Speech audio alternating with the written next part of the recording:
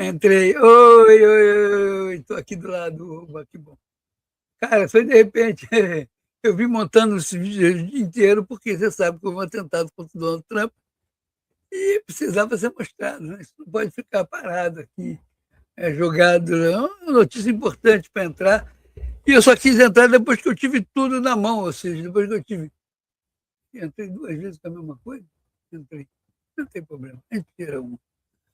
E depois que eu tive a certeza de como o cara entrou na festa, como o cara, o que aconteceu, como estava o Trump durante a festa. Quando eu não tive isso na mão, eu não quis entrar. A primeira coisa que eu peguei hoje de manhã cedinho foi o discurso dele na Casa Branca. Peguei, botei legenda, acertei, tá tudo bem, legal, oba, mas eu queria essas duas informações, senão não completavam. E aí eu fui buscar também informações junto com a NTN 24 e a Israel TV, que também falaram. Mas a Israel TV teve uma reportagem tão bacana no final que vai viajar junto. E conta a história de 200 israelenses não, porque eles são judeus, não são israelenses, são judeus, do mundo todo que estão indo para lá para morar em Israel. Eles arrumam e cuidam para morar em Israel. E conta a história também da primeira eleição na Palestina.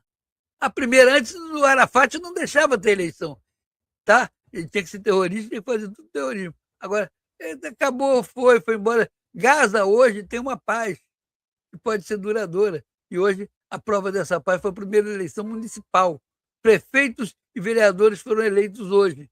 Depois vai vir o resto daí. É um país mudando, é uma mentalidade mudando.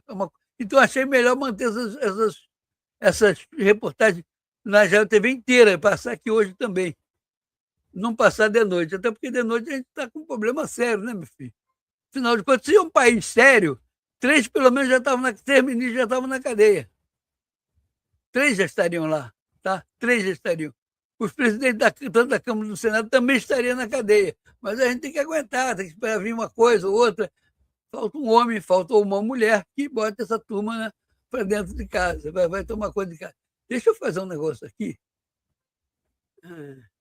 Eu tenho que mudar, senão não vai dar para vocês. Talvez não esteja dando para vocês lerem. Não sei, acho que está assim. Para mim é que não aparece. Vamos nós aqui. Do meu lado tem um link, do lado desse link tem um código QR. Tanto faz você entrar pelo link como entrar pelo código QR. Você vai para uma plataforma onde estão todos os nossos canais. Está tudo lá. Que bom que está lá, hein? Que legal, que bacana. Tudo lá. E você pode participar e acompanhar a nossa vida. Veja bem, isso aqui é uma edição extraordinária. Eu ia fazer um outro vídeo para botar de tarde, que é sobre a Venezuela. Pode ser que eu bote lá para as 6, 7 horas e depois para fazer o programa à noite. Olha só como é que tem coisa para fazer. Ou então deixa para botar amanhã. Mas o caso do Trump obriga você a trabalhar e a correr atrás. Essa que é a grande verdade. Tá? Você não podia deixar o que aconteceu lá nos Estados Unidos não mostrar. Por quê? Porque o Trump é um líder mundial e ele, por ser um líder mundial, ele está fazendo tudo para botar a direita, não vou dizer nem a direita, mas para trazer democracia, liberdade de expressão. Ele tinha um discurso preparado hoje para a liberdade de expressão que ele não fez. E justamente na hora que ele acabava de jantar e tudo mais, que ele ia fazer o discurso, houve um atentado. E é um negócio impressionante, vocês vão assistir aqui com gente. Então, ó, do meu lado tem um link, do lado desse link tem o código QR. Tanto faz você entrar pelo link como entrar pelo código QR. Você vai para uma plataforma onde estão todos os nossos canais, vai lá, se inscreve em todos os canais que você puder. Você lá vai ver o X, aí você vai até o X, se inscreve no X. Você vai ver YouTube, você vai até o YouTube, se inscreve no YouTube. Você vai ver Facebook, Facebook tem uns 10 lá, vai lá e segue a gente, os 10 Facebook. Aí você vai no Instagram, você vai no LinkedIn, então tá demais, a plataforma tem tudo muito bem. Obrigado, já ganhei até um like aqui, ó. Like com emoji. Valdir, não dá para ler, não. Não dá para ler, desculpa, o outro não dá para ler, minha catarata não deixa. Valdir. Tem alguma coisa errada? Tem coisa errada aqui? Tem coisa errada mesmo. Está estranhíssimo isso aqui, mas tudo bem. É porque eu tenho o telefone celular ligado no meu YouTube, e botou que o YouTube não tinha ninguém. Eu fui ver, pô, peraí, está funcionando? Foi só esticar a cabeça, também está funcionando. Essas audiências que eles botam aí para a gente não tem nada a ver, cara. Dá até raiva, mas deixa para lá. Link, código QR, se inscreve no nosso YouTube, se inscreve no nosso X, dá essa força para a gente. Você não paga nada, você não precisa mandar superchat, você não precisa ser associado, está zero de novo. O YouTube está marcando a audiência zero. E eu estou com ele ligado aqui no meu celular. Vou virar aqui para trás, está tudo funcionando. Que coisa, hein? Que coisa, hein? Ó, YouTube, continua o mesmo, censurando todo mundo. Vai ver.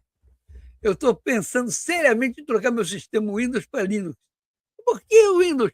Porque o Windows diz para você, ó, você não vai trabalhar com esse aplicativo que eu não quero. Pô, quem manda no computador sou eu ou ele? Eu quero entender. Quem tem que escolher os aplicativos que eu uso sou eu, não ele. Que coisa, cara. Isso é coisa da Microsoft. E, aliás, parece que o... Não, quem já contou tudinho foi o Zuckerberg do Face. Ainda o Bill Gates não falou nada. Vamos ver como é que acontece essas coisas que estão lá nos Estados Unidos acontecendo. Tá?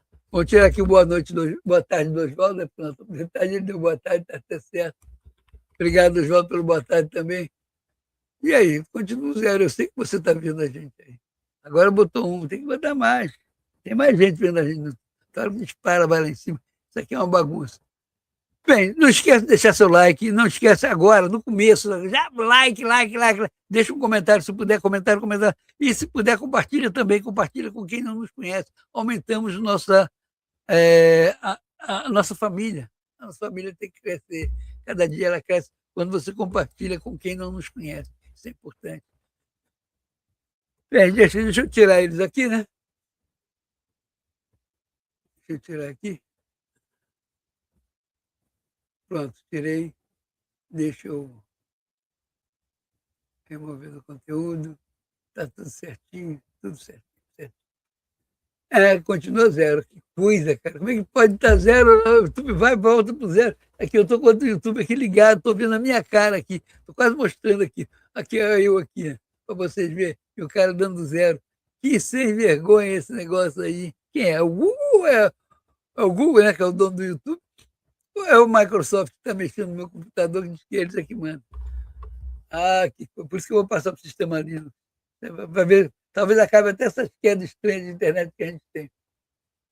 Aí, não, mas por que você não aceita, faz uma experiência, ganha o nosso PowerPoint? Por que eu vou pôr, se eu não uso PowerPoint? Se eu não uso Excel, para que eu vou ter que ter isso aqui no meu computador?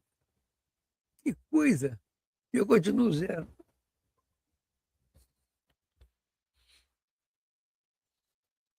Dá para me ver?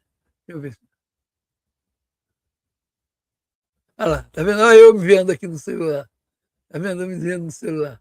Aí tem um delay. Tá vendo aí? E tá marcando zero. Zero no YouTube. É zero no YouTube. Que vergonha, hein, Google? Que vergonha. Assim, por isso muita gente reclamando, minha audiência caiu. Minha audiência... Vocês é que mandam, vocês é que fazem, vocês é que estão aí com essas coisas de mandar no governo.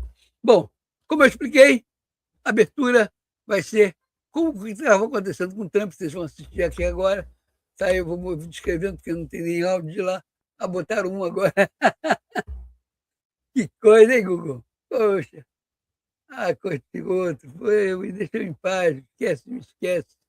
Só estou aqui para trazer a verdade. Jornalismo povão, jornalismo sem frescura, jornalismo sem telepronto, jornalismo tudo feito à base de improviso, mas simples, faltando a verdade. Mas, inclusive, aproveitando que a gente vai montar a Israel TV, NTN 24, vocês vão saber como anda as negociações de paz lá na guerra do Oriente Médio. Vocês vão assistir tudo isso aqui hoje aqui.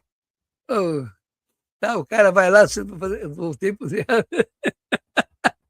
Não adianta me jogar para o zero. Eu não vou parar, não vou desistir, não vou desaparecer.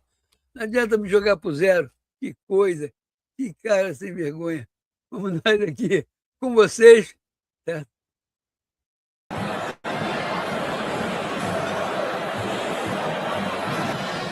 Jornalistas todos. Essa japonesa que está, asiática, né, porque não sei japonesa, pode ser coreana, pode ser descendente de que for, sentado do lado dele, essa aí a Melanie conversando com o outro, e o garçom, olha lá, na hora, a cama até balança na hora de tudo. Aí ele recua. Aí manda deitar para baixo, ninguém entende nada, só escuta o barulho. Também tudo para baixo. Aquele primeiro policial, ele fica logo na frente, depois que o Trump sai, ele sai da frente do Trump. Para não ter nenhum tiro. Que coisa. Rapaz, você trabalha como segurança, tem que ser o primeiro da frente. Que coisa, que coisa, que coisa. Hã? Aí vai chegando o resto, chega todo mundo depois. É isso aí. Deixa eu voltar aqui um pouquinho. Aqui, tá vendo o cara na frente da mesa? Ele fica em pé na frente do trem por causa do barulho. Ele é o primeiro a correr e ficar lá. A missão dele, levar um tiro no lugar do presidente. Aqui. Ele está conversando, aí a câmera balança, né? Porque vou soltar aqui. Balançou para o tiro, aí o cara já fica ali na frente, ó, ninguém dá tiro nele, aí ele vai levantar de atrás, ele chega até a cair no chão. Ó, vamos levantar ele, que ele sai correndo, vamos embora lá. Aí ele vai cair ali, pronto. Depois levanta, ele vai embora. Aí o cara que estava ali na frente cai. Aí chega uma série de guardas ali para ficar ali na frente, tudo na frente, para não deixar ninguém passar para o quarto que ele tem atrás para guardar ele, para segurar ele e tudo mais. Interessantíssimo essa coisa da. Essa coisa do. Deixa eu remover aqui. Da segurança, como é que funciona a coisa toda, né? Mas aí, vamos ver como é que o cara burlou a segurança, Chegou na sala anterior, não chegou lá dentro. Cara, eu vou dizer uma coisa para você. Esse cara nunca ia chegar lá. A maneira com que ele burlou a segurança é deixar você de boca aberta. Como é que pode uma pessoa burlar a segurança desse jeito? Olha só, hein? Assiste isso aqui. Vou botar aqui do lado. Olha lá, tá vendo? Aqui é a sala de segurança. Ele passou correndo. Aí vai todo mundo atrás dele. Aí acho que ele cai, tem um tiro no policial e cai. Aí vai todo mundo atrás dele. Open the door! Aí já falando, já pode abrir. Essa aqui é a porta lá de fora. Aí ele foi levado ali para cima.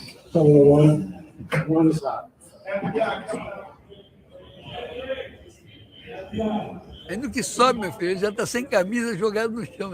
Já. A sobe, ele está sem camisa, jogado no chão.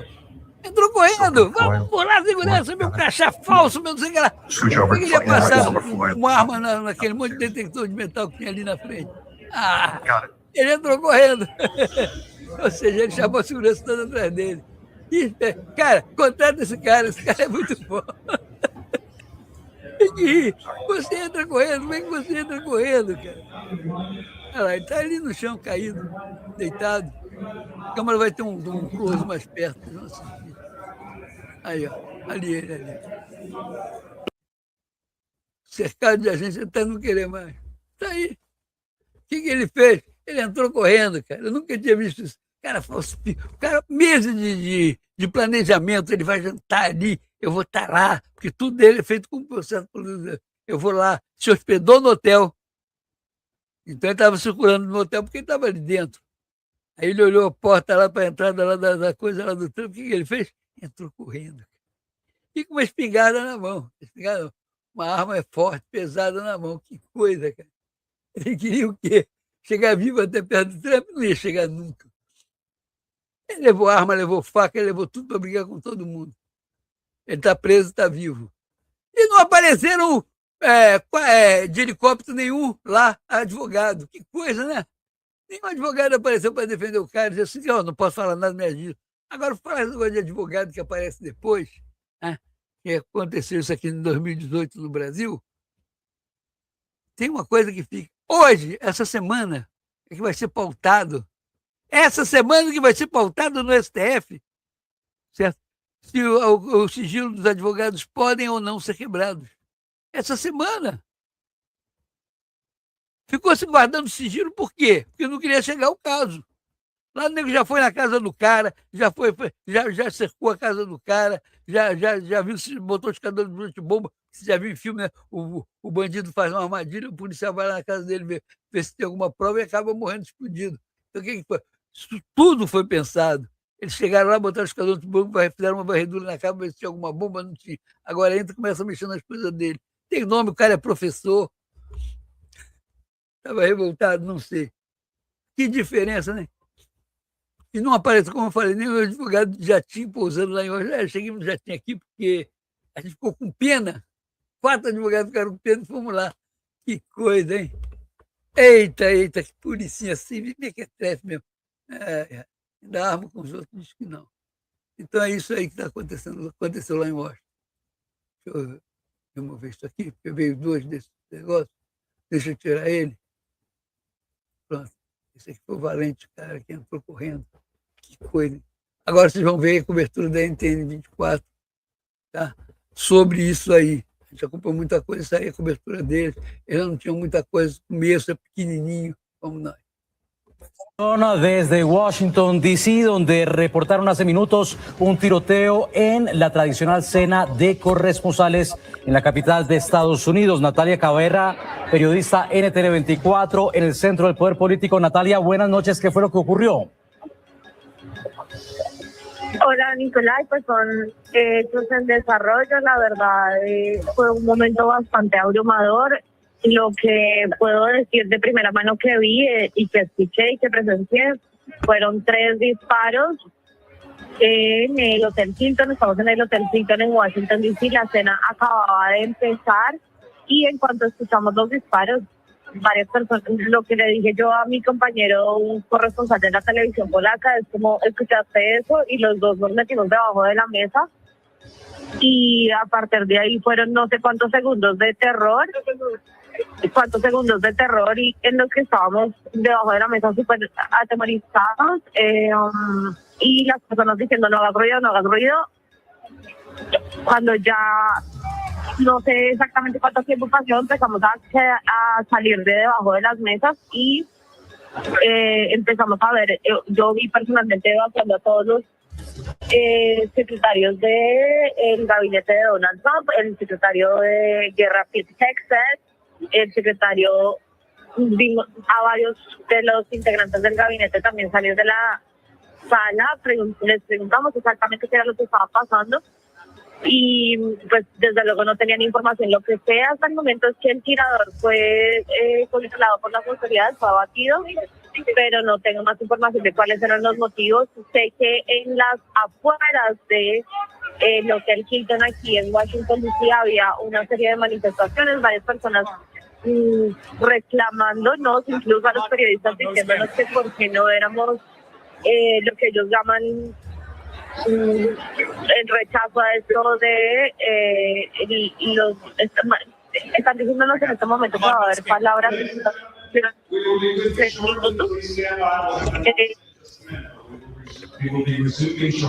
Efectivamente, Natalia, lo estamos viendo en directo. Veamos el ambiente a esta hora en el lugar.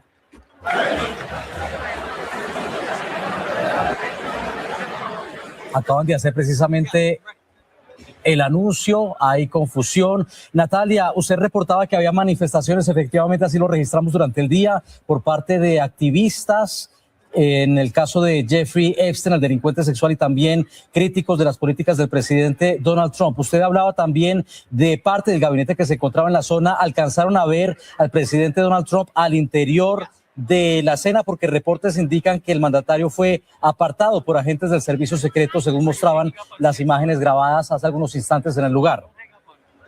Seguramente yo no era el presidente salir, pero el presidente estaba en este mismo salón en el que yo estoy, en el que se... Precisamente tenemos en la imagen el atril en el que debía intervenir el presidente de los Estados Unidos. Natalia, había mucha expectativa porque el año pasado el mandatario no había asistido a esta cena por las tensiones que sostenía con la prensa.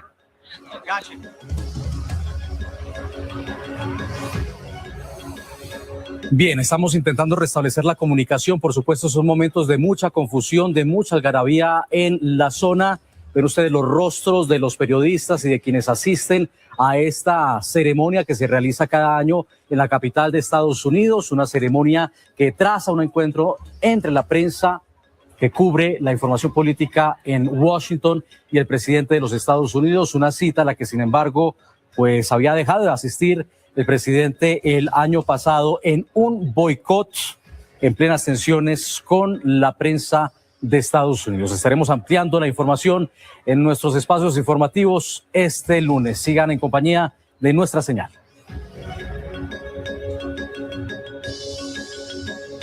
Mucha atención, reportan disparos durante la cena de corresponsales de la Casa Blanca. El presidente Donald Trump y la primera dama Melania Trump fueron sacados apresuradamente del escenario y agentes del Servicio Secreto de Estados Unidos fuertemente armados entraron en acción. El año pasado, el mandatario estadounidense había eludido la cita anual con los periodistas que cubren información de la Casa Blanca en medio de un clima de tensión entre la prensa y su administración. Este año, la gran expectativa era precisamente el retorno del mandatario a esta cita con los periodistas en el centro del poder político en Estados Unidos. Ven ustedes las imágenes en directo. Hay confusión en el lugar donde se desarrollaría la cena con los corresponsales. En las últimas horas ha habido protestas en los alrededores del edificio que alberga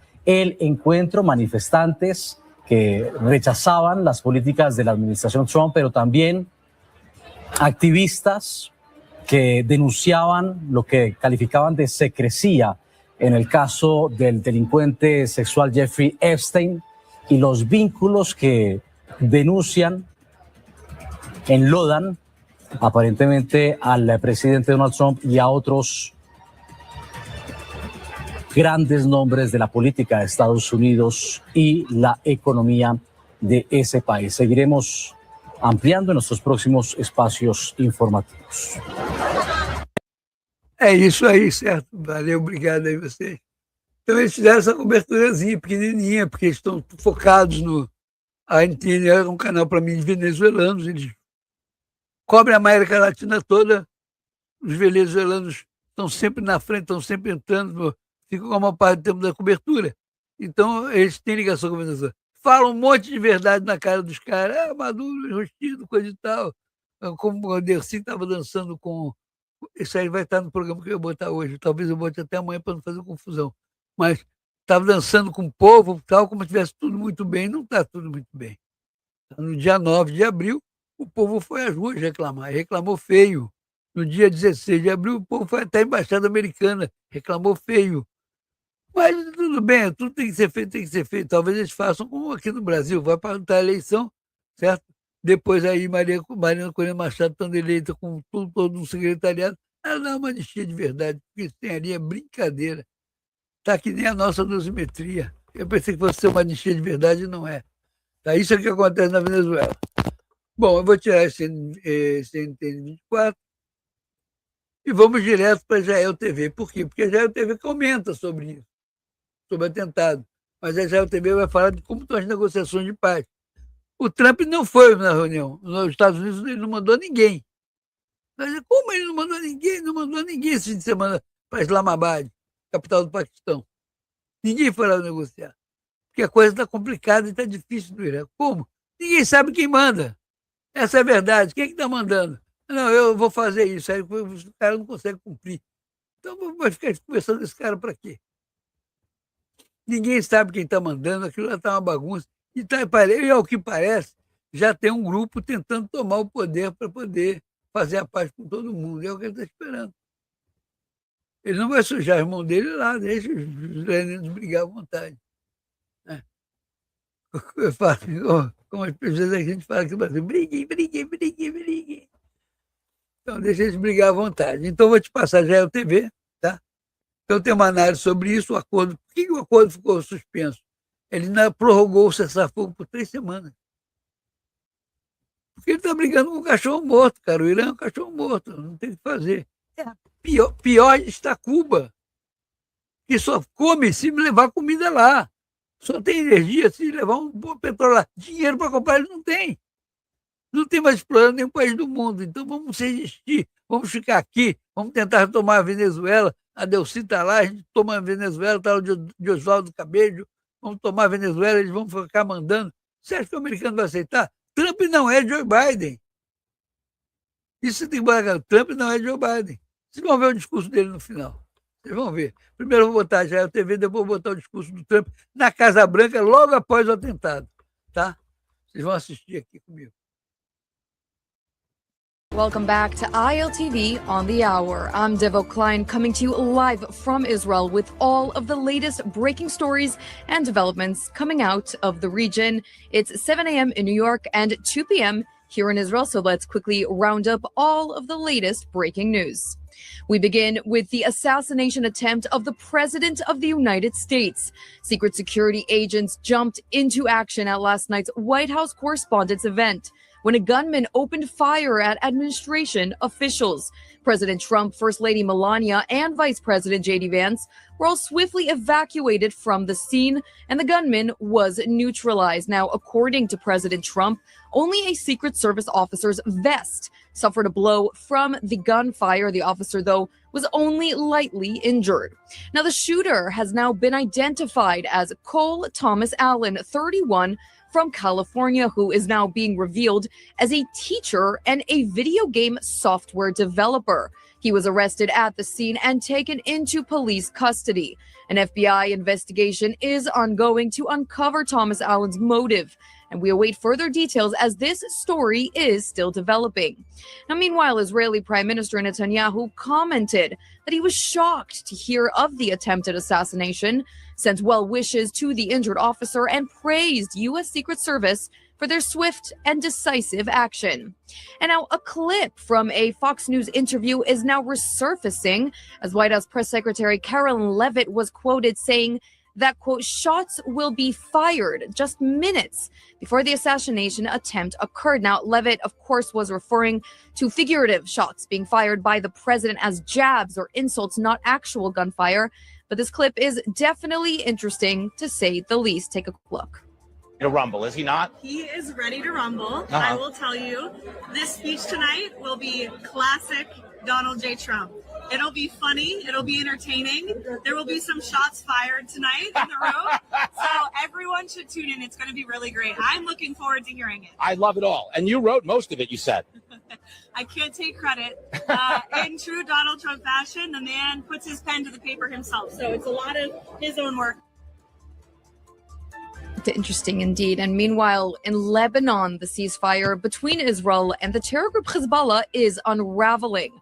Despite President Trump's announcement of a 3-week extension to the ceasefire, Prime Minister Netanyahu has ordered the IDF to vigorously attack Hezbollah targets in Lebanon with great force. According to the PMO, the announcement came after repeated violations over the weekend, with Hezbollah firing rockets and drones toward Israeli civilians. President Trump remains adamant that negotiations are proceeding to maintain the ceasefire, saying that he plans to host Prime Minister Netanyahu and Lebanese President Joseph Aoun in Washington in the coming weeks. But on the ground, the Israeli response to the violations are intensifying. The IDF says it struck 2 loaded and ready-to-fire launchers and eliminated 3 terrorists who attempted to target Israeli forces in southern Lebanon. In a separate incident, an explosive drone was launched at IDF troops, prompting strikes on terror infrastructure in the area. And in Binj Bil, paratroopers of the 98th Division eliminated 6 Hezbollah terrorists engaging in terror activities, with no casualties reported among Israeli forces. The ceasefire extension is still officially in place, but at this point, it remains name only. And meanwhile, the negotiations between the United States and Iran have also seen better days. President Trump has now called off a planned trip of top negotiators Steve Witkoff and Jared Kushner to Islamabad, Pakistan. The cancellation is seen as a sign that talks remain stalled, with both sides far from agreeing on key issues, including Iran's nuclear program and control of the Strait of Hormuz. According to Trump, however, the United States holds all the cards. Take a quick listen to some of his latest remarks.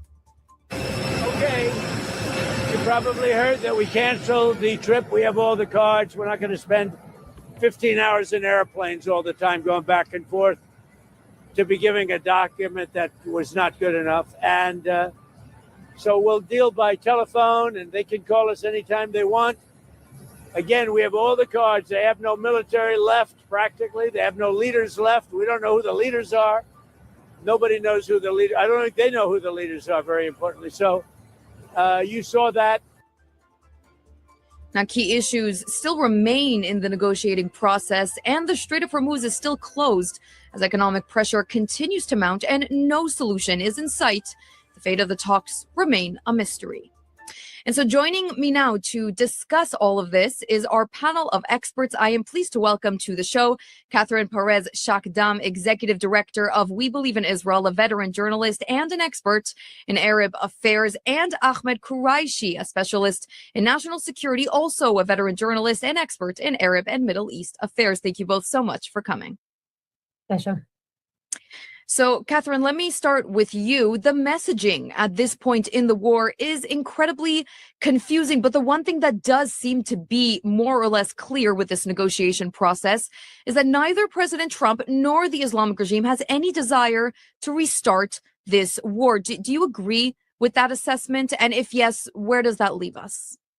Well, look, I would say this. President Trump has no interest in restarting the war as long as the Islamic Republic complies with his wishes, which is to basically give it up. Now, I don't think that the IRGC, even though, because we are talking about the IRGC when we talk about the Islamic Republic, has no intention in restarting the war, but they have no intention in allowing the US to get what they want, which is the end of them. And I don't see them doing this anytime soon for the very simple reason that they do not want to lose power. They do not want to see what happens once they give up, because I'm pretty sure that the Iranian people will not forget anytime soon what is it that they have done to them for decades and decades. And so they are faced with a very difficult decision. I think they're agonizing about the fact that they are dying and that there's no way out of this one. So I do believe that the war will restart. And I am waiting impatiently for them to give up, or to be made to give up, because quite frankly, enough already. So, Catherine, if you do think that the war will restart, can I just elaborate and ask you again, who do you think will be firing those first shots? I think the US will, quite frankly. Look, they are facing a blockade. They are hemorrhaging money. They have no way to sell their oil or energy anymore, since China has been put on the spot and told not to anymore. They don't have a way out. There is no way that they could find anyone in Iran right now to support them. I mean, those who do have given up because there's no money to go around. Hezbollah, I mean, the proxies are done and done and done. If we look at Lebanon, if we look at Gaza, or even Judea and Samaria, there is no more Hamas to support the Islamic Republic. And the Houthis, again, are not complying anymore, or at least they have no intention to do so anymore, because there's no more money. So the IRGC is very much alone on this. So we'll see. But yes, I think that the war will restart, and the US will do that for us. And Ahmed, do you agree with Catherine's sentiments, or do you have a differing opinion? Yes, I kind of agree with Catherine, actually, because I go by actions, and actions actually show me that the U.S. has this huge military deployment in the region. That is, of course, a show of force, but it has been used, so it can be used again, so it's quite obvious. And number two is, I think President Trump is also very smartly sort of playing the internal dynamics of the Iranian regime. So he's sort of, I would say, stoking the internal conflict, and that's very interesting to watch, because the repeated statements that come from him commenting on who's in charge and who's not, and the internal squabbles and conflict. I think it is designed to actually exacerbate those internal divisions, and that's very interesting because we've also watched the Pakistani military chief, who went for the first time actually in 50 years for any Pakistani leader or senior official to be in Tehran for 3 days and stay put on the ground and try to meet everyone who is in a position to make decisions or take decisions during war. And he met almost everyone except for, of course, obviously the new supreme leader. And we have not seen any visuals. Of course, the Iranian regime media has been very transparent in terms of who he was meeting on the Iranian side, and they were putting out all the visuals and the photos, except for, of course, the one with the supreme leader, and also except for any meeting with the leaders, the new leaders of the IRGC. So from both of these things, the President Trump's repeated talks about internal divisions in Tehran, and the meetings that the Pakistani leader, the military commander, had in Tehran, my assessment is very much close to what just Catherine said. I feel that we are headed toward possible military action if really nothing comes out of what's about to happen in the next few hours. Mm-hmm. And I actually want to dig a little bit deeper in all this talk and what's going on inside the regime. And Catherine, I want to take this back to you because Trump did recently say in the clip that we played earlier that even the regime in Iran itself doesn't really know who's in charge, who's calling the shots. Do you think that these claims, in your opinion, hold any water? And let's say that were the case, then who are these hardliners that supposedly came into power following the elimination of the previous Iranian officials like Mujtaba Khamenei? If there are hardliners, then what positions do they hold and where do they stand within the government of the IRGC?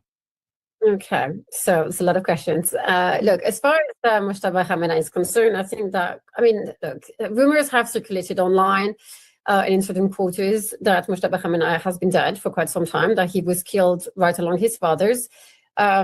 Then we had the jokes and the memes that came out with, the little cartoon boxes things, and no pictures of him. Apparently, according to Sky or CNN, I'm not quite sure, he wrote a delightful letter demonstrating that he had all his mental capacity. Look, I think that the gentleman is no longer.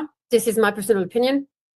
I don't think that anyone will cry too much or mourn him for that matter. I'm sure that the IRGC are quite desperate to find a leader that can stand up. Unfortunately for them, both Prime Minister Benjamin Netanyahu and President Trump have made sure that the top of the pyramid is no longer. And they have gutted the IRGC leadership, which is great. It's fantastic for the free world, if I'm honest. I would like the international community to join in and realize that backing the IRGC is not a clever strategy, that they will very soon, I hope, not blood the skies of Iran and allow for Iranians to suffer any more than they have to.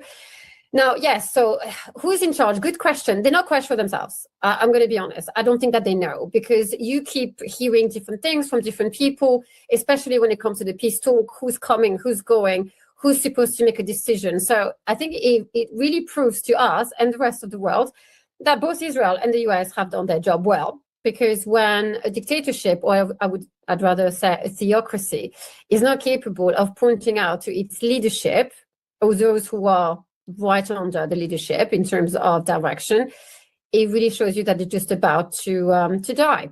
And again, I'm not crying. I don't think that anyone in Israel is crying. Anyone in America should be crying. As to the rest of the world, I don't know. You need to ask them. Mm-hmm. It's definitely also what Trump.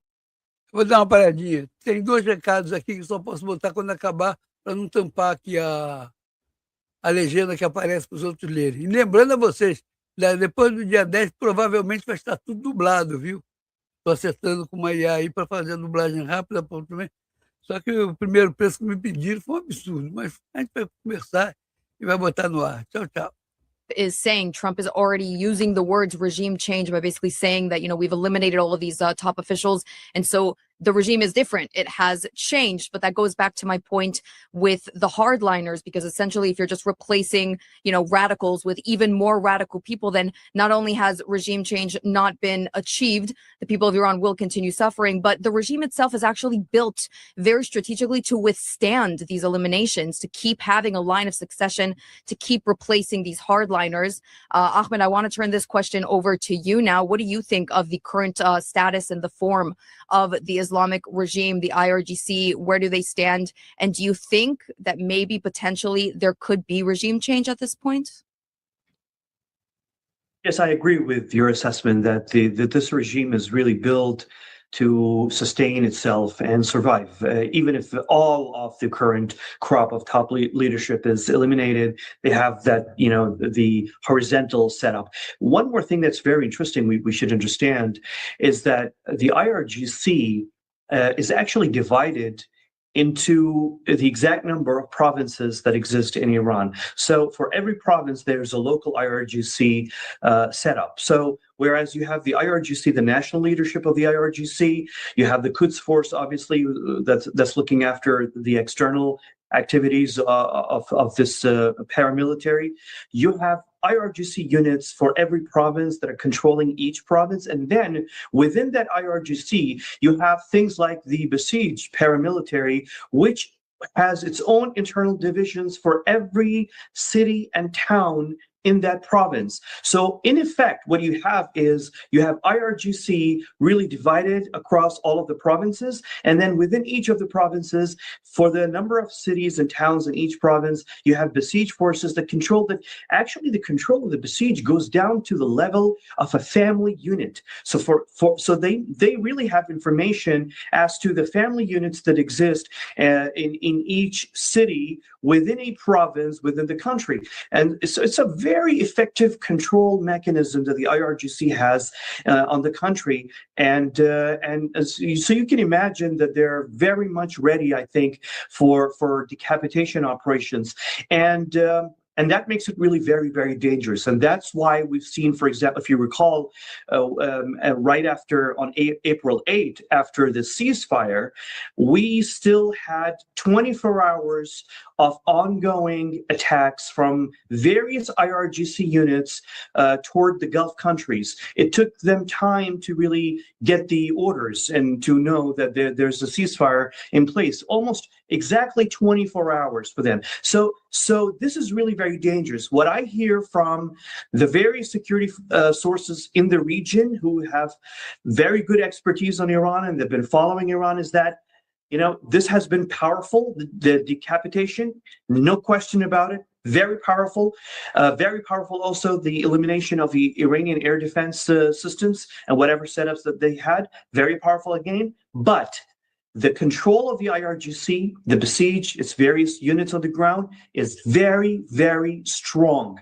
It's going to be a struggle. Let's see how it unfolds, but they remain very strong, the IRGC within the country. And I conclude by just saying that I have no doubt, regardless of who's in charge right now in Tehran, we can all agree on one point. The IRGC are in charge. I mean, we can disagree on exactly the individuals, whether it's General Wahidi or someone else, but it's quite clear the IRGC is in charge and they will be for the foreseeable future. It's going to be and that's why you see, despite the fact that thousands and thousands of Iranians coming out on the streets, they've been unable so far to sort of unsettle this control, this grip that the IRGC has on Iran. It's really tragic for the Iranian people, but it's also very scary for the region.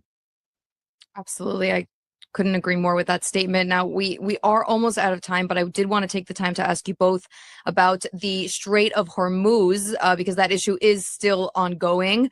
It's closed, and that is understood. But my question is, who is really closing it? Is it the Iranian Navy blocking and seizing ships, or is it the American Navy with their blockade? Because we're kind of hearing reports of both happening. Catherine, what can you tell us about the Strait of Hormuz?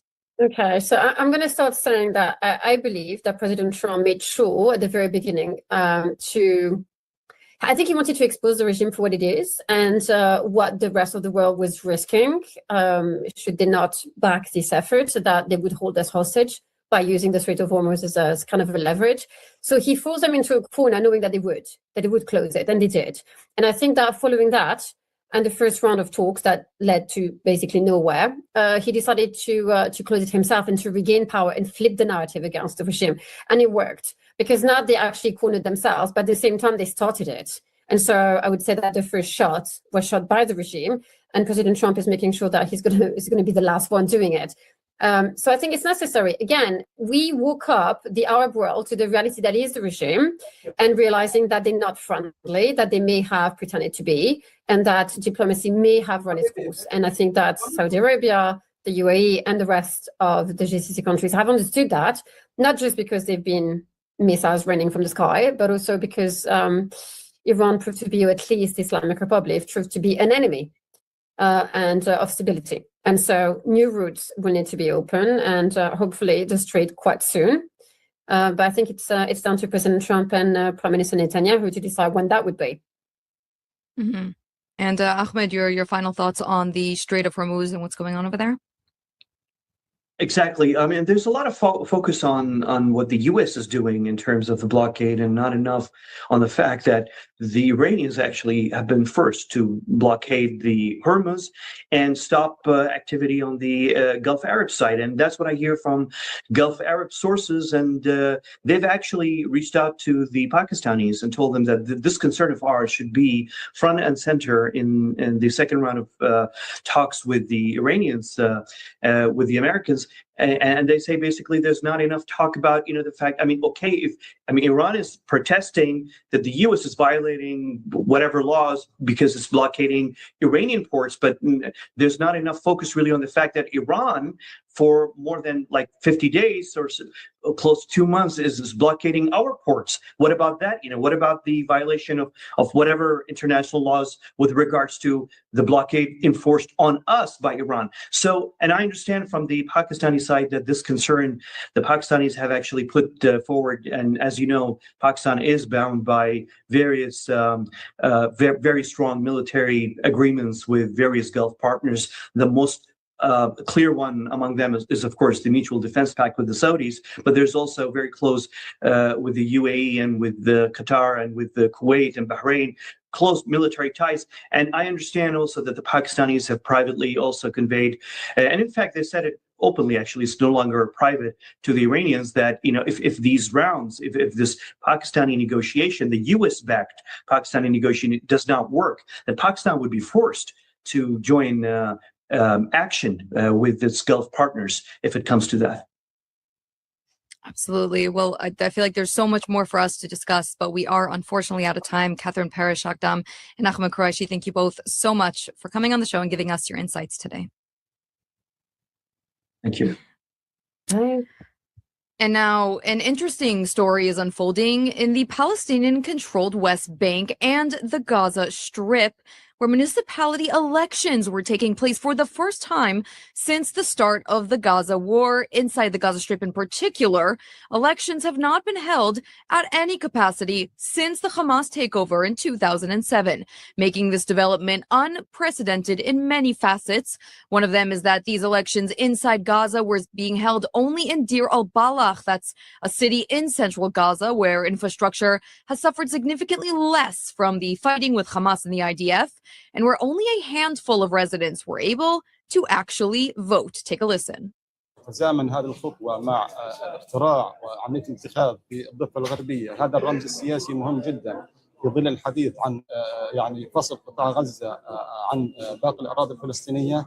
هذه رسالة للعالم أن هنا قطاع غزة وحدة والضفة الغربية وحدة جغرافية واحدة، وبالتالي على العالم أن يعلم أنه نحن مصرون على اتباع سبل الديمقراطية والتداول السلمي للسلطة من خلال هذه الانتخابات.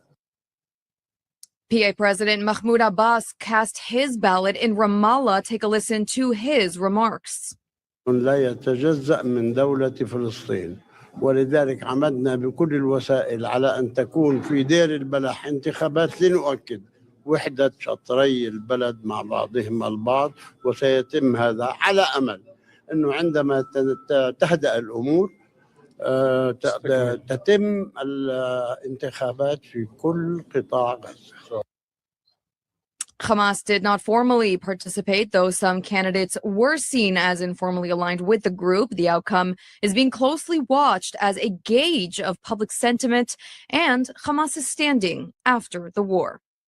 And so joining me now to discuss all of this is Itamar Marcus of Palestinian Media Watch. Itamar, it's always nice to have you on the show to break down some of these complicated headlines. Thanks so much for joining. Thank you very much for being here.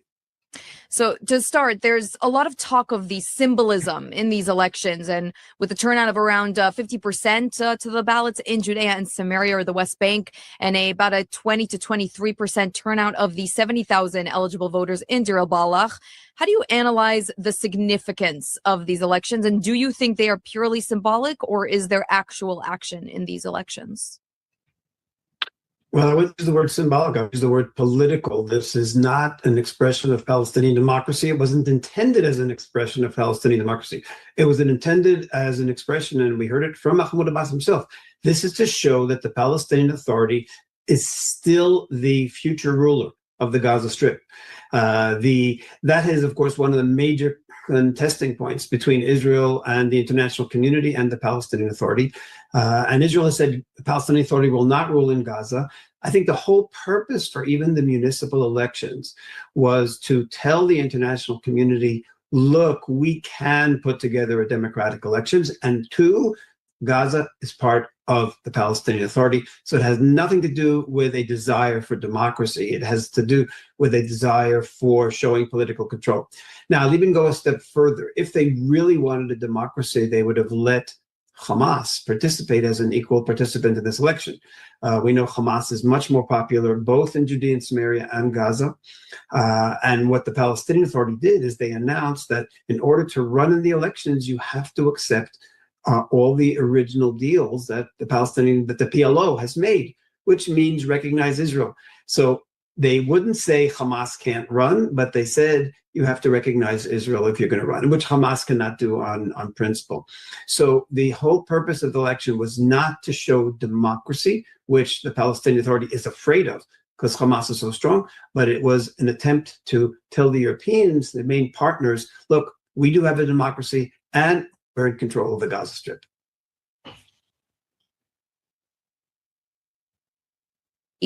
So what is the status of the Palestinian Authority when it comes to these reforms, these much needed reforms that were, a base of all the peace deals and the ceasefire agreements that came about in the Gaza war? Trump's Board of Peace, the International Stabilization Force, these are all contingent on these very necessary reforms in the Palestinian Authority. So where does that stand with all of these elections going on? Have they been made or not quite?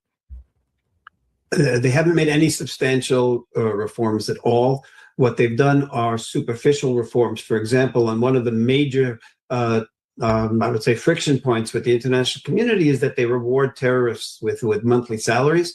And what they did is they changed the framework for rewarding the terrorists, and they were not rewarding them based on how long they're in prison anymore, but they're rewarding them a set fee, a set monthly payment, which they're getting every month.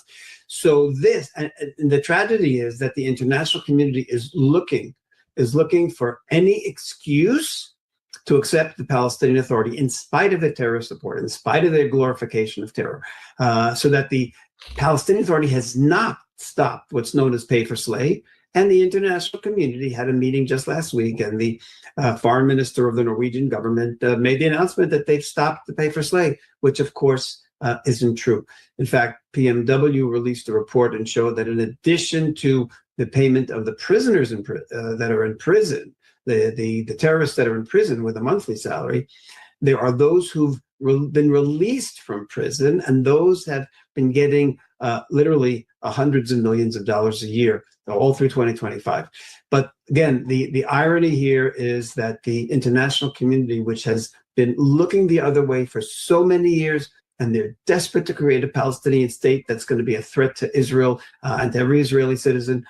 For some reason, they are looking away, and they're pretending that there has been reform, even though there's only this one tiny symbolic reform that they've done, and not even completely within pay for slay. Mm-hmm. And Itamar, we literally have just 30 seconds left, but really quickly, is there anything that Israel can do in the situation? Where does Israel stand? Israel has to expose, where PMW is releasing a report very shortly on the number of different terrorists who've been glorified in April 2026 by the Palestinian Authority. And we hope that the Israeli government will make good use of this. I'm sure they will, to show the international community, when you put terrorist murderers of children, mass murderers of 125 people, and you put them as Palestinian heroes, then don't come to us and say they made some symbolic change in pay for slay. They still are a terror supporting entity. Absolutely. So with that, we do unfortunately have to end this interview. I always love going along with you, Itamar, but we are out of time, so we have to cap it. But thank you so much for coming on the show today. Thank you. And really quickly, before we wrap up, a cute story to end our broadcast. A plane carrying 250 new immigrants has touched down in Israel. They belong to the Bnei Menashe community. That is a community that's derived of the old biblical Menashe tribe, one of the 12 lost tribes of Israel, in a broader initiative to bring the community back home to Israel. These first 200 immigrants will reunite with some of the immigrants who have already made it to Israel in northern Israel, and the broader campaign is expected to facilitate the aliyah of nearly 6,000 members of the community by 2030. So some good news on that front. And that is a wrap for this edition of ILTV on the Hour, broadcasting live from Israel and the heart of the Middle East. You can scan the QR code on your screen to get more of all of the latest updates. But in the meantime, I'm Devo Klein, and I want to thank you so much for watching. Isso aí, tá vendo? Interessantíssimo. Eu achei de terminar isso porque, primeiro, mostra uma eleição na Palestina. Embora o analista não acredite, desculpa, é a gripe que eu tô. Embora o analista não acredite, isso vai mudar muita coisa. Há uma eleição, há uma escolha, há um caminho a seguir sem guerra. E eles têm que escutar. Vão ficar com os terroristas ou não? Há muita rusga, há muito ressentimento, lado a lado. Agora tem que superar. Isso eles têm que fazer isso. O cara me deu bom trabalho. Calma, meu amigo, agora tu vai entrar. Agora eu posso botar você aqui. Deixa eu tirar isso aqui. Cadê eu? Não estou aqui, não estou aqui. Não tô aqui, aqui, ó. Então, ó, primeiro, Carlos. Oi. Agora, boa tarde. Bom trabalho. Para você também, bom trabalho. A gente está aqui trabalhando para fazer das notícias da verdade. Tem mais like, tem likezinho aqui, ó. Eliane Velosa. Velosa, esse aió aqui, pequenininho, sabe? Mas Eliane ou Eliane?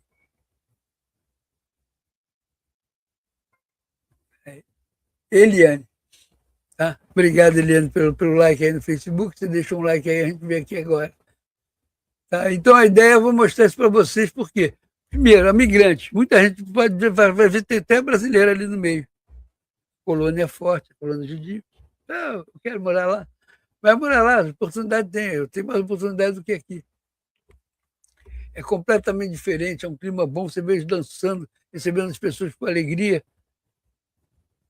Tá? E bem ou mal, a Palestina está votando. Se está votando, quer dizer, nem sempre o chefe terrorista vai ganhar a eleição. Entendeu? É isso que eu queria dizer para vocês. Deixa eu tirar aqui, tirei. Bem, só uma explicação que eu não dei. Foram dados 3 tiros no atentado contra o Trump. O primeiro tiro foi do cara que adentrou pelo primeiro salão, ainda tinha um segundo salão. Ele chegou na beira do primeiro salão e encontrou o segurança pela frente e deu um tiro no segurança. O segurança não morreu, está bem porque estava de colete.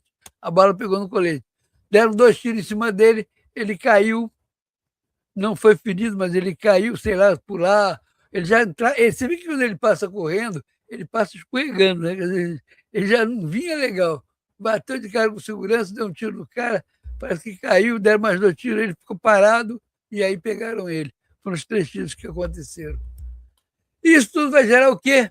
Depois disso, um instantinho, quem vai para a Casa Branca dar uma entrevista? Donald Trump. Fala aí, Trump. Conta aí tudo o que você viu, o que você achou e o que você sentiu nisso aí. Deixa eu tirar aqui o Carlos. Obrigado, Carlos, pelas 3 mensagens. Very much. That was very unexpected, but incredibly acted upon by Secret Service and law enforcement. And this was an event dedicated to freedom of speech that was supposed to bring together members of both parties with members of the press. And in a certain way it did, because the fact that they just unified, I saw a room that was just totally unified. It was in one way, very beautiful, a very beautiful thing to see a man charge a security checkpoint armed with multiple weapons. And he was taken down by some very brave members of Secret Service, and they acted very quickly and have just released, for purposes of transparency, clarity, I've ordered it to be put out. You probably have it by now, put out on Truth and put out on many of the platforms. a tape showing the violence of this thug that attacked our Constitution, and also showing how quickly Secret Service and law enforcement acted on our country's behalf. Really did a great job. One officer was shot, but saved by the fact that he was wearing obviously a very good bulletproof vest. He was shot from very close distance with a very powerful gun, and the vest did the job. I just spoke to the officer, and he's doing great. He's great shape. He has very high spirits, and we told him we love him and respect him, and he's a very proud guy. He's very proud of what he does, Secret Service agent.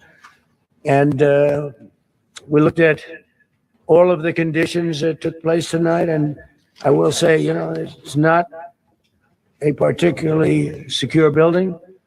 And I didn't want to say this, but this is why we have to have all of the attributes of what we're planning at the White House. It's actually a larger room, and it's much more secure. It's drone proof, it's bulletproof glass. We need the ballroom. That's why Secret Service, that's why the military are demanding it. They've wanted the ballroom for 150 years for lots of different reasons, but today's a little bit different, because today we need levels of security that probably nobody's ever seen before. But everyone owes a tremendous debt of gratitude to the courage of law enforcement, the law enforcement, and working with the DC police. And we just spoke with the mayor. And when we're finished, the police chief is going to take over and discuss it also from their viewpoint.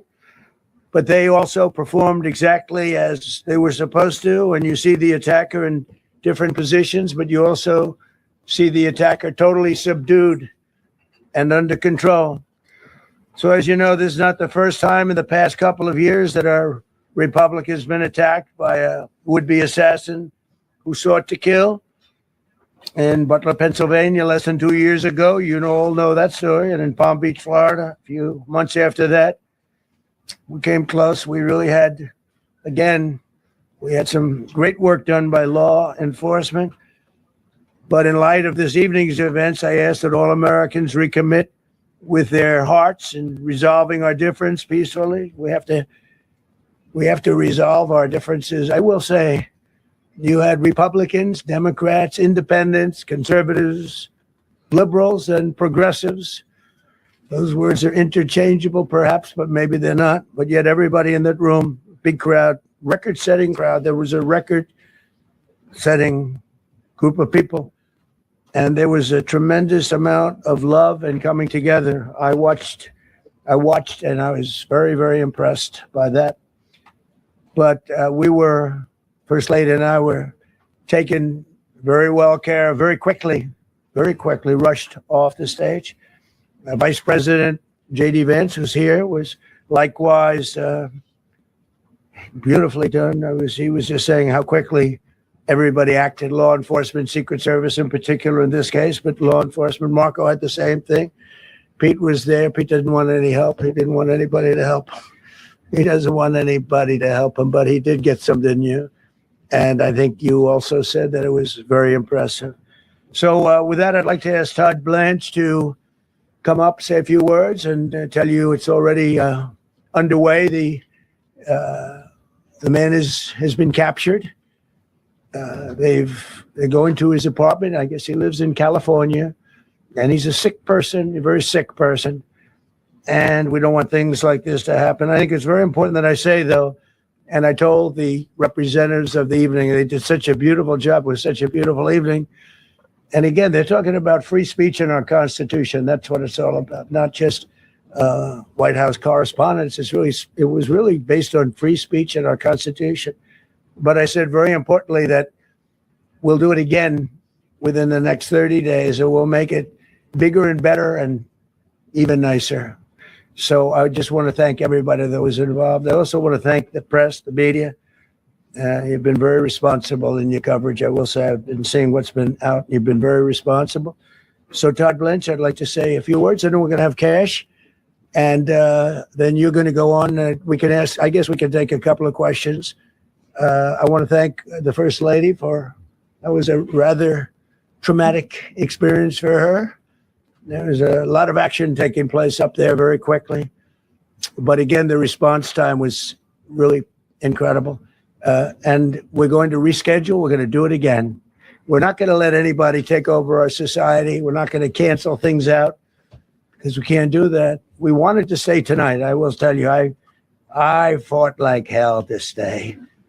But it was protocol. They said, please, sir, because they didn't know there was a lot of action going on, and they didn't know, could there be probably a lone shooter, but we'll find out. We'll find out very quickly. They have it very well under control. So I want to thank everybody very much. And Todd Blanche, please. Thank you very much, Mr. President.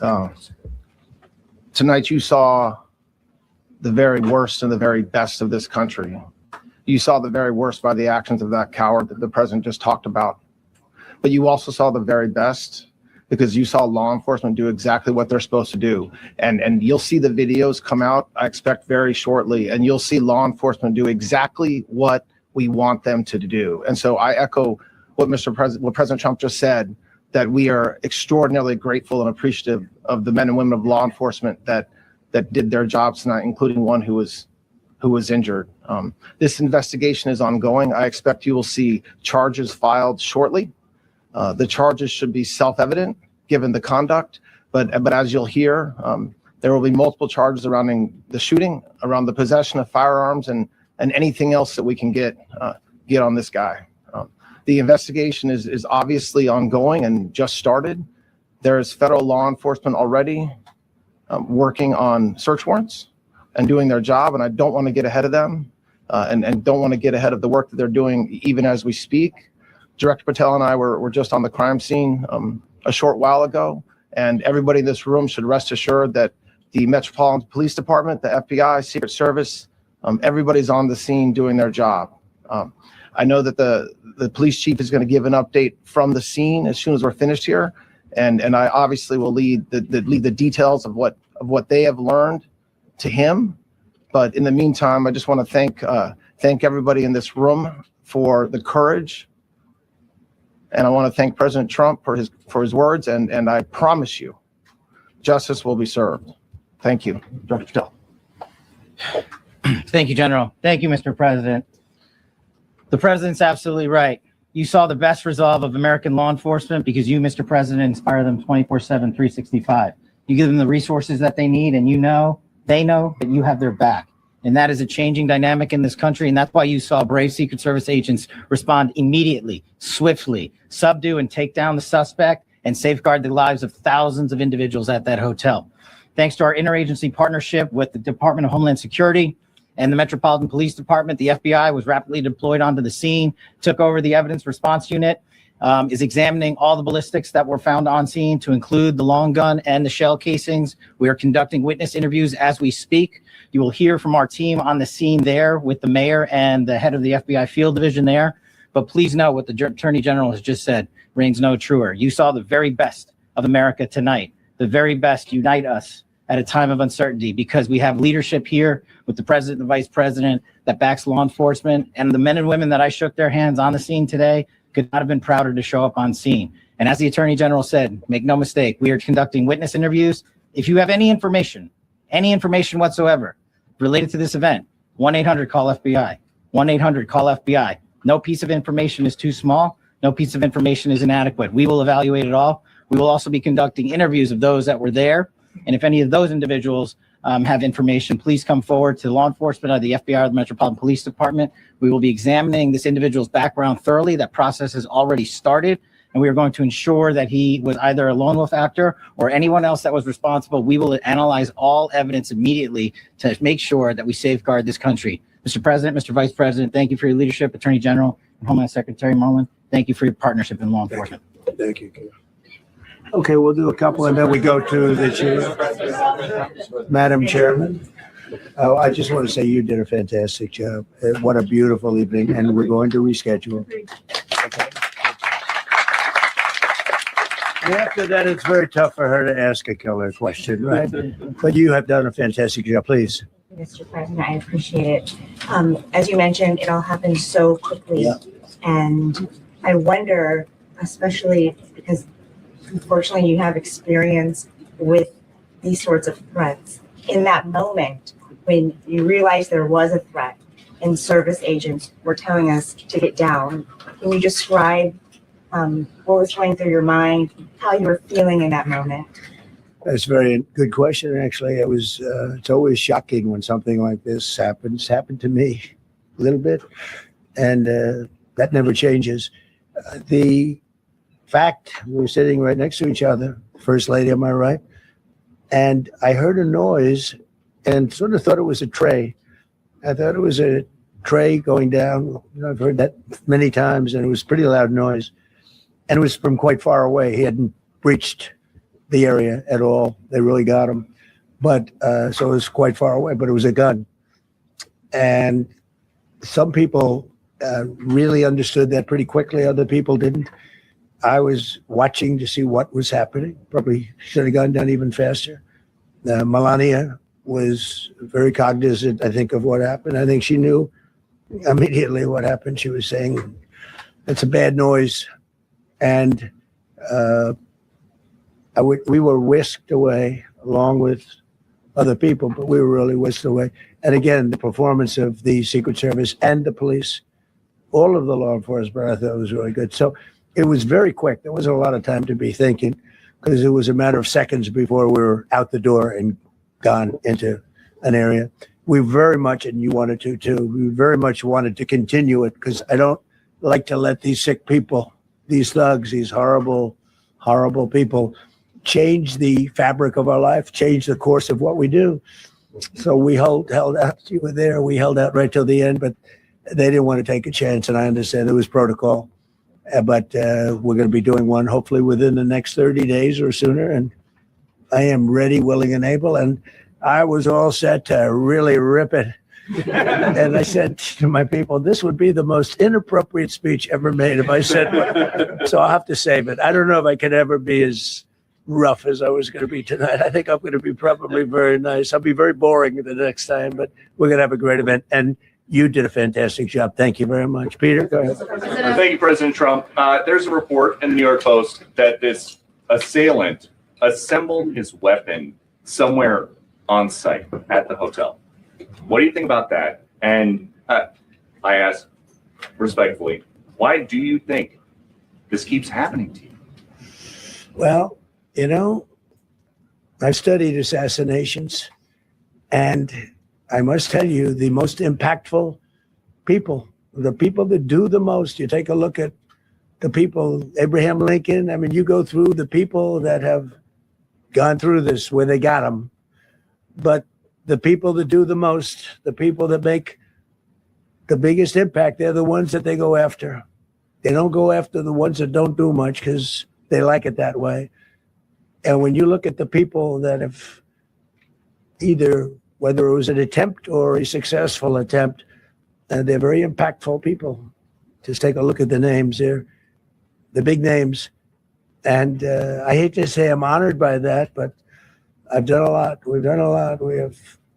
We've taken this country, and we were a laughing stock for years, and now we're the hottest country anywhere in the world. We've changed this country, and there are a lot of people that are not happy about that. So I think that's the answer, Peter. And after Butler, your team for a while rethought outdoor events. Yeah. Do you think that you now need to rethink No. indoor? Well, but then you just don't do events. No, I can't do that. I have to. It is what it is. We have to do it. The room was very, very secure. You know, he charged from 50 yards away, so he was very far away from the room. And what do you think when you saw the video of how fast he was running? He was moving. He was really moving. And the reaction time was great. Boy, those guys, they had their guns drawn literally by the time he was there. They were shooting. That's right. I thought they were very impressive. And if I didn't, I'd let you know. I'm not going to be, I would not stand for that. No, I thought they were very impressive. Thank you, President Trump, and thank you for updating us on the suspect earlier. Were you aware of any threats? Was your team aware of any threats beforehand? And do you believe you were the target of this tonight? I guess. I mean, these people they're crazy. They're crazy. And, you know, you never know. He was very far away from me. He had to go through a lot. We had resources all over. We had resources sitting at tables, literally in disguise, sitting maybe at your table, who knows? But we had people all over the room, so he had a long way to go. That was really a first line of defense, and they got him. And they really, you know, they acted incredibly. No, there was no notification. We had no idea. Go ahead, Do you have Kevin. any political motivations from this? Well, you never know. Now, we'll be able to tell you that maybe by tomorrow or the next day. You know, he's in custody, and they're asking him a lot of questions. I guess they're going over, Todd, and they're already at his apartment. He lives in California. Yes, sir. And they're over there, so they'll be able to tell you. Thank you, Caitlin. President Trump, did the suspect say anything, or was he wearing anything that would allege some type of motive here? Nothing. No, I mean, he was a guy who looked pretty evil when he was down. You know, they had him down. He was fighting hard. He was in my opinion, a sick person. Who would do that but a sick person? But I think you're going to find everything about him. No reason to talk about it now. But tomorrow at this time, long before this time, you're going to know a lot of things about him. They seem to think he was a lone wolf, and I feel that too. Are you concerned about U.S. Secret Service protection ability? We saw several of the detailees take minutes to be escorted out the room. No, they acted very quickly. No, I was very impressed by Secret Service. I mean, I'm the one, and Mark Wayne, you would agree with that, I think. Absolutely. I'm the one that would complain. You don't have to complain for me. I would be complaining. I'd be up here right now saying they didn't do their job. Oh, believe me, because, you know, it's my life.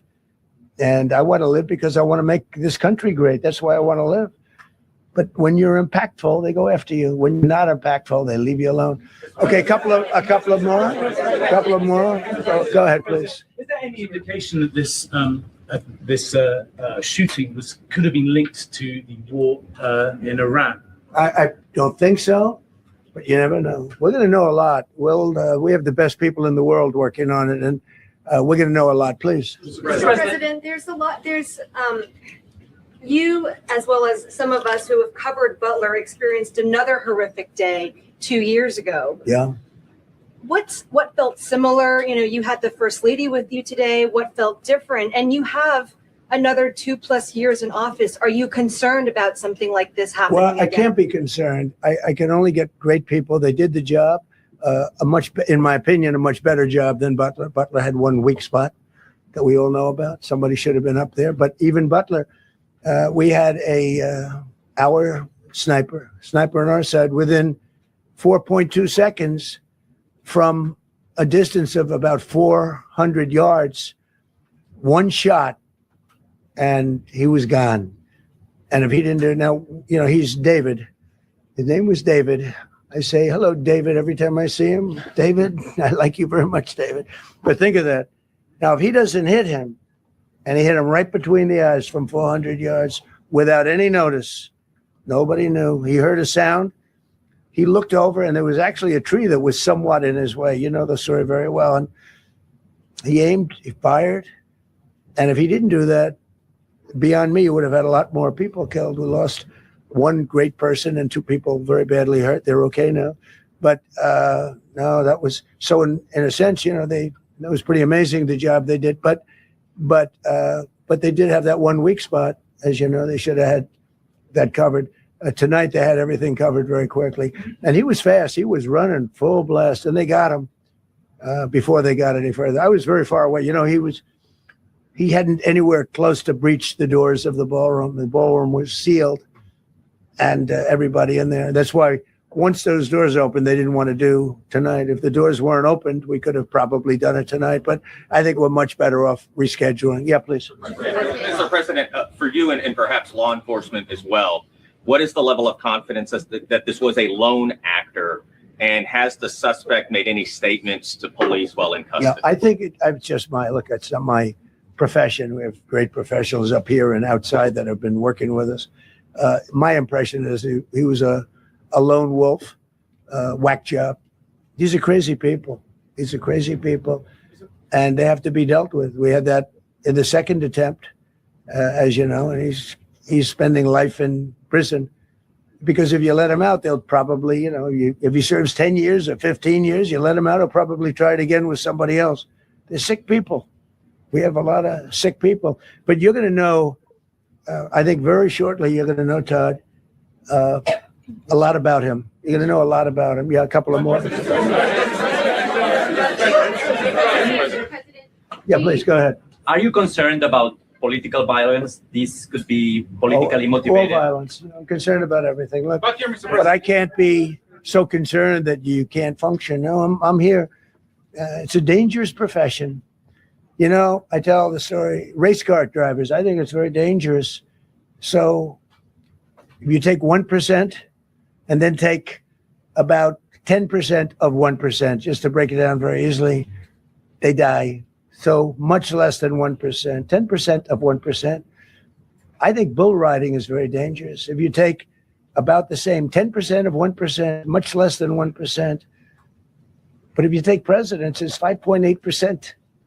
And about 8% are shot at.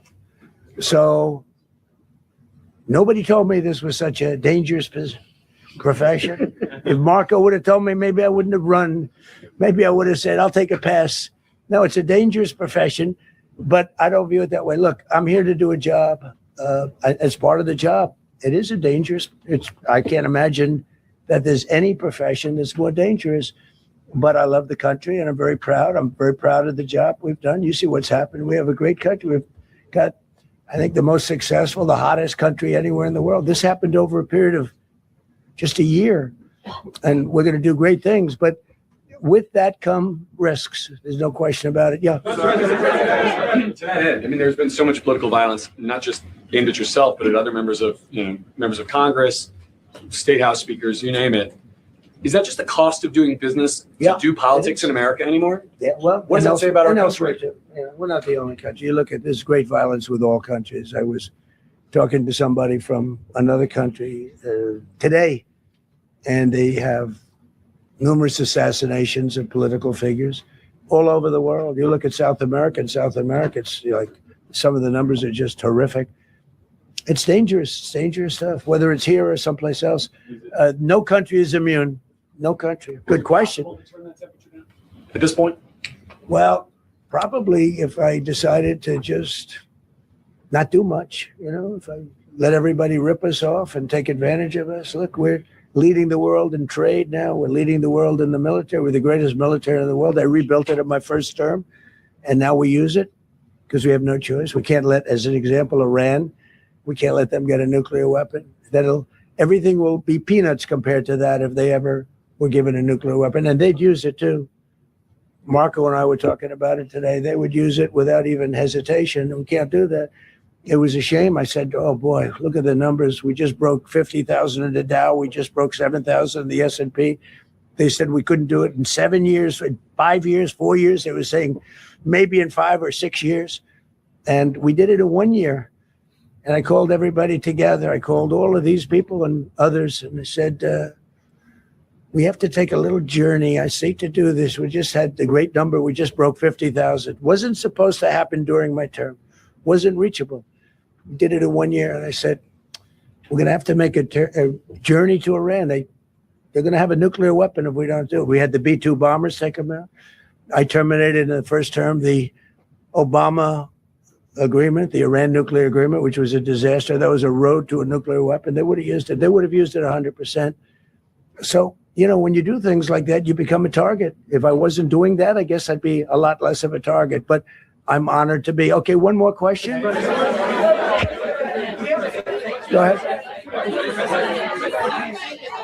Yeah, go ahead. Thank you, President Trump. Thank you, President Trump. Do you know how the gun was brought into the hotel? And also, how does this event impact you as the leader of our country? Do you think it will change your I leadership? like not to think about it. I lead a pretty normal life, considering it's a dangerous life. I think I handle it as well as it can be handled. I think a lot of other people, you read stories where they become basket cases. To be honest with you, I'm not a basket case. I really take it as it is.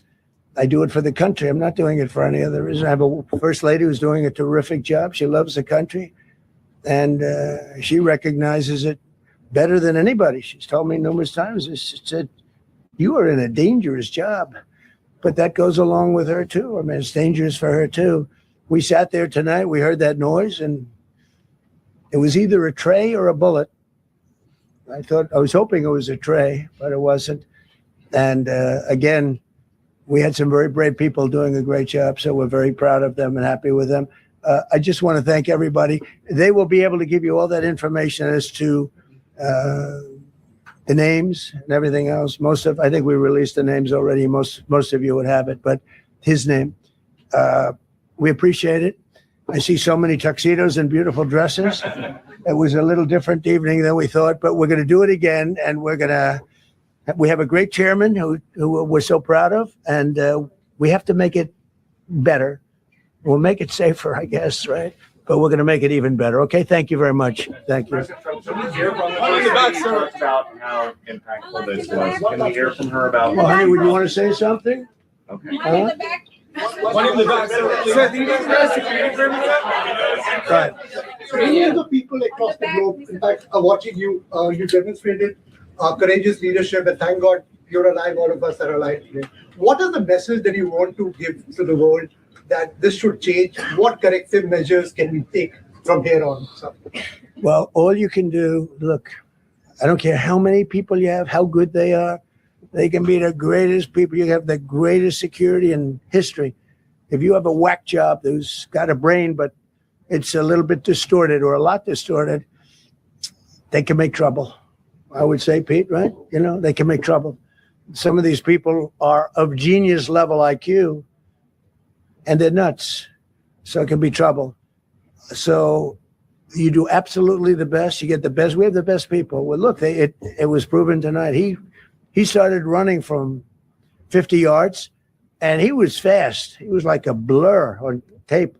He was moving. It was very impressive the way they got him, because a lot of people would be looking and saying, you know, it's like a weird feeling, and they would let him get through, but they didn't let him get through. They drew those guns so fast. They looked like Matt Dillon.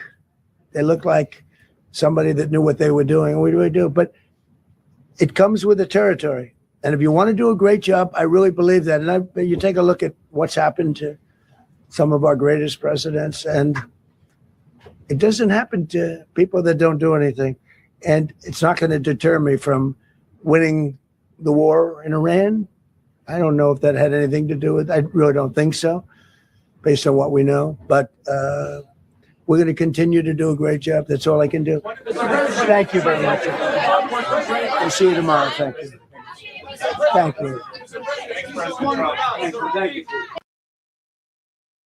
Cara, ele é incrível, ele realmente é um cara incrível. Puxa vida, ainda bem que ele está presidente dos Estados Unidos, né? Isso aí a gente tem que agradecer a Deus, tá? Ele é um cara incrível. Angelina Santos, obrigado pelo like no Facebook, valeu mesmo, tá?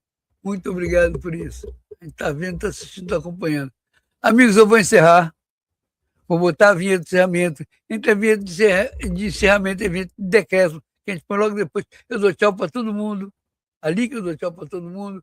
Porque por volta de 10h30, 11 horas, nós estamos de volta com o Brasil. E aquilo que eu ia mostrar da Desi Gonçalves, da Venezuela, que eles estão fazendo a mesma coisa que aqui, querendo tomar conta da eleição, querendo mandar na eleição para que eles ganhem e continuem no poder.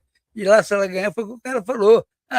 Quem ganhou foi o Maduro. O mundo acreditou nos caras porque queria. A gente tem muita coisa aqui. Nós estamos na frente, estamos bem nas pesquisas, e a gente tem que ganhar essa eleição porque ninguém aguenta mais PT. Cara. Ninguém. Tá? E essa semana nós temos delação do Burcaro pela frente.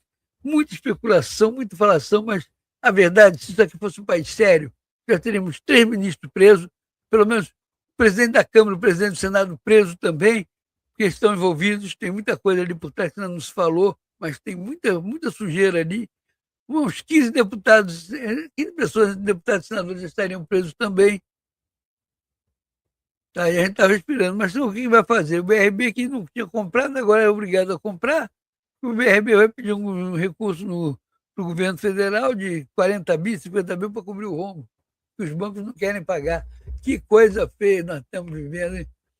coisa muito, muito, muito feia. Mas, enfim, esse foi o caminho que Deus nos deu, esse caminho que nós vamos em frente, esse caminho que vai nos levar à vitória depois, esse caminho que vai botar esse cara daí para fora. Continuar só observando, tá? Então vamos lá, vamos aqui botar a vinheta, vou tirar isso aqui, aí fica grandinho. E vou botar a vinheta de encerramento, depois a gente também encerramento, também decréscimo do tchau para todo mundo.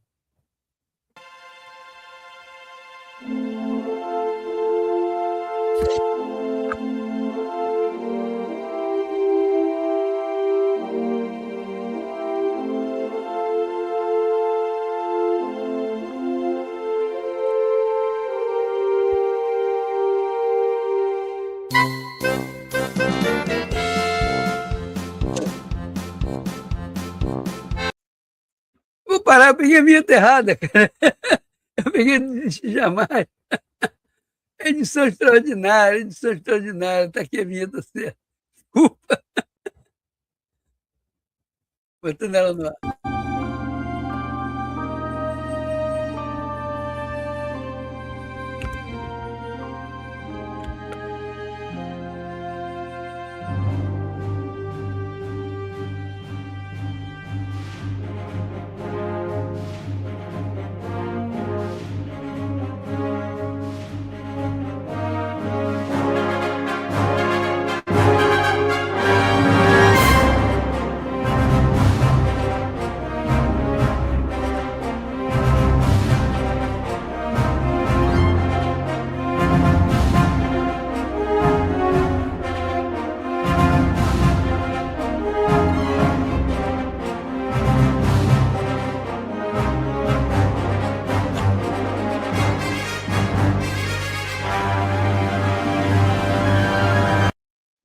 É isso aí, né?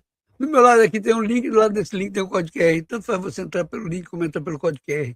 Você vai para uma plataforma onde estão todos os nossos canais. Segue a gente onde você puder. Ajuda a gente, é legal, bacana ter a sua companhia. Seja nosso amigo. Você não precisa mandar superchat. Você não precisa ser membro, ser associado, ser apoiador. Você pode até ser isso tudo, mas você não precisa ser isso para seguir a gente. Você só precisa ser nosso amigo. Seja nosso amigo. Nós fazemos jornalismo bobão. Jornalismo sem frescura, jornalismo sem telepronto, com tudo improvisado, tudo aqui é improviso, mas simples, simples, simples, simples, sempre pautando a verdade. A verdade é que você vai encontrar aqui, para que você possa, quando chegar em outubro, decidir pela verdade. A verdade é o mais importante, a verdade é o que a gente busca. Tá? Desculpa pelos pequenos erros, isso vai de um programa de improviso, tá? Ainda não estou bem de gripe, estou mal de gripe, sexta-feira eu não consegui nem fazer o programa, minha voz não está essa maravilha que já não é grande coisa, agora então, né? Não está essa maravilha de tudo, né? E aí eu queria agradecer vocês todos, começando com o Papai do Céu. Obrigado, Papai do Céu, é live tranquila, valeu pela força, abençoa quem viu essa live hoje, quem vai ver amanhã, depois da manhã, pode ver, e quem vê, o Senhor abençoa. Obrigado, Papai Noel, por isso. Você de casa, de novo, entre 10 e meia 11 horas, estou de volta, hein? Muito obrigado pela sua audiência, muito obrigado pela sua paciência. Até daqui a pouco. Tchau, tchau, tchau, tchau, tchau, tchau.